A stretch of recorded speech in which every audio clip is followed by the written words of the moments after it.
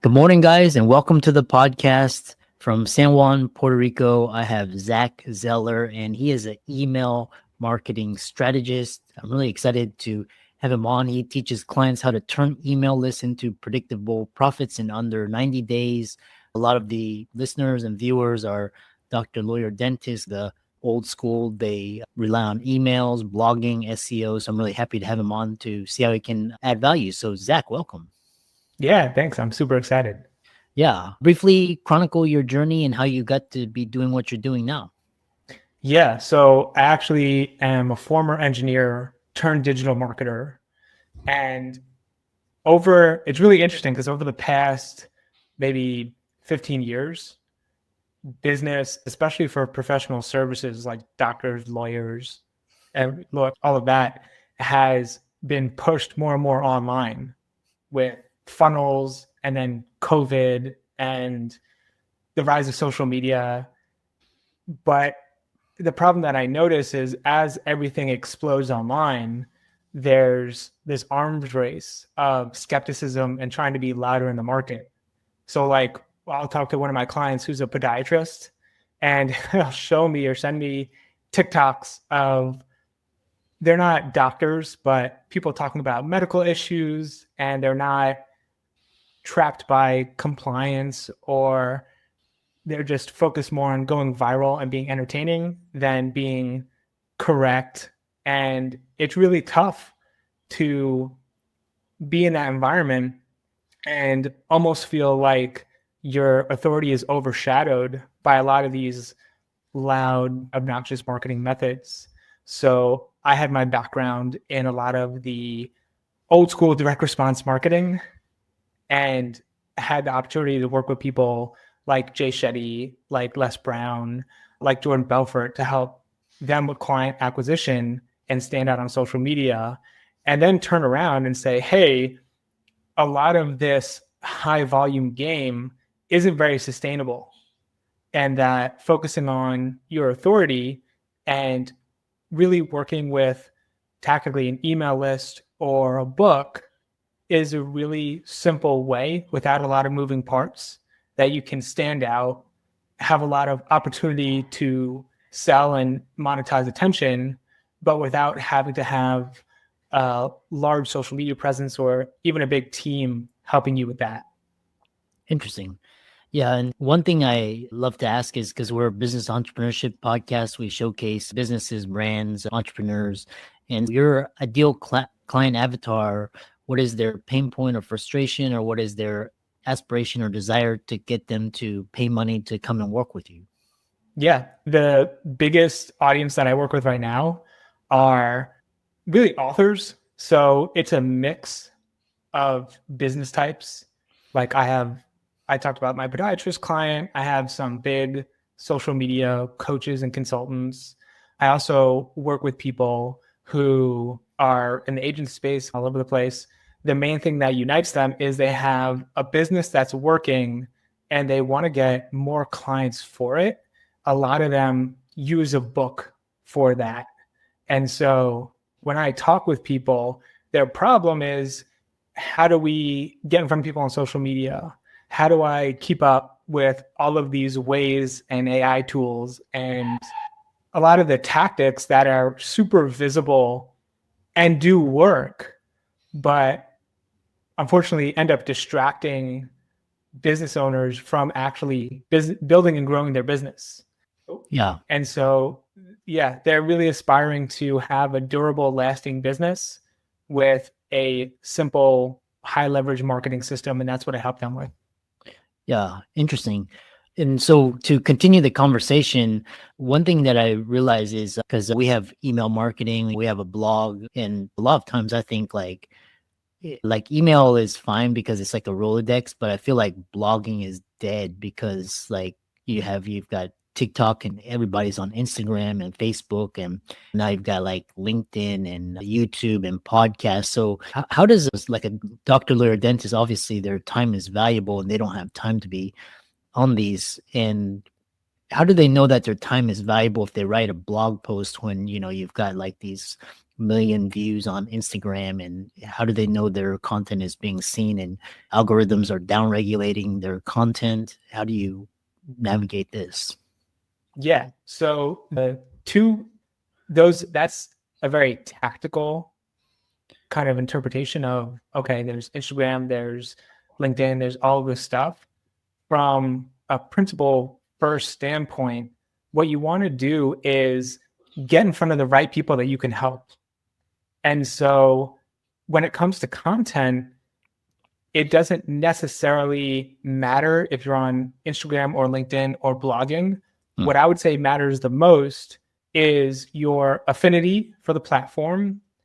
So you can stay consistent and put high quality stuff out. Yeah. And how you can be discoverable. So if you're a lawyer and someone's getting a divorce, the first thing they're going to do is they're not going to go to YouTube. They're not going to search on Instagram. They're probably going to go to Google and see, okay, what do I do about my divorce? Maybe they'll even go to Amazon to find a book or some self-help stuff. There's a famous book called Stop Your Divorce that did really well based off of people searching for it.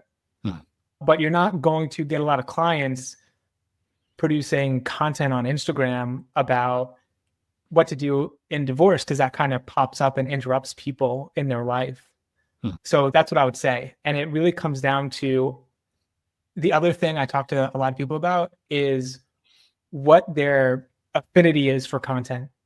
So there are a lot of people who are very good at expressing themselves in writing. I wouldn't necessarily tell those people to jump on a podcast right away.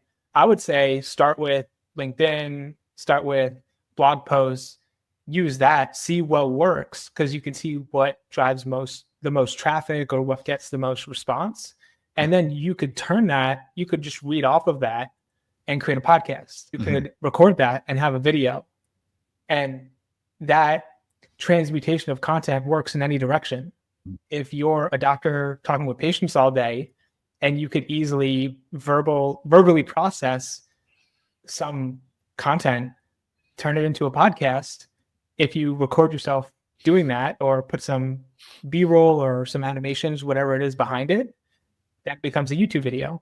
You transcribe it, you have a blog post, and that allows you to get a high frequency of touch points to the marketplace without creating and slogging through all the content yourself, or worse, completely abdicating and leaving your content strategy in the hands of someone who messages you randomly on LinkedIn and says, I'll give you 30 videos for $20, or basically takes you completely out of the content equation.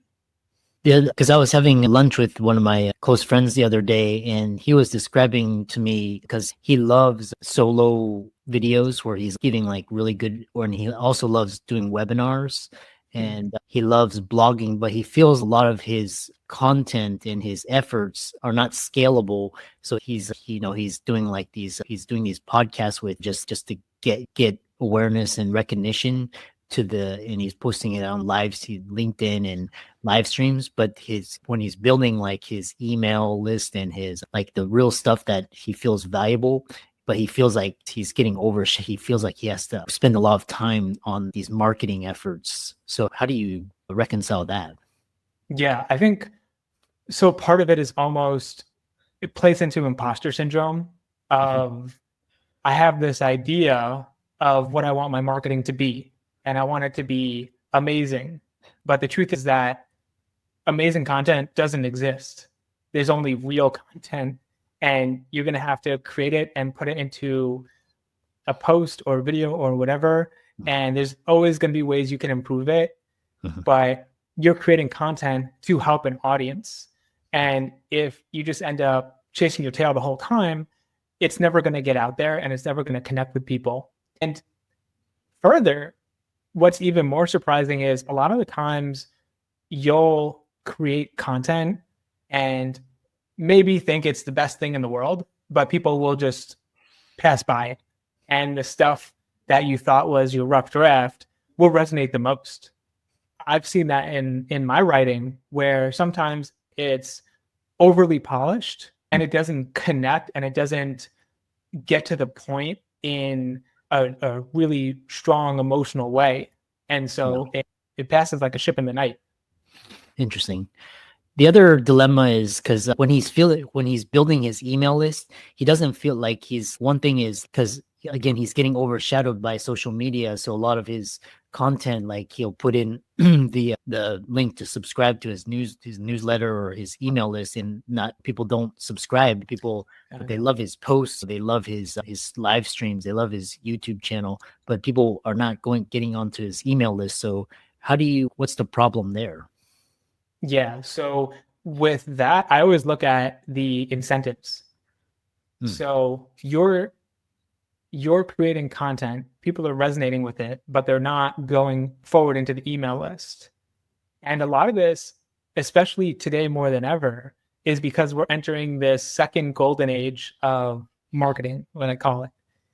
And the significance of that is your marketing today has to be valuable, not just in terms of making it tactically useful, but it needs to be in the way your audience likes to consume it too.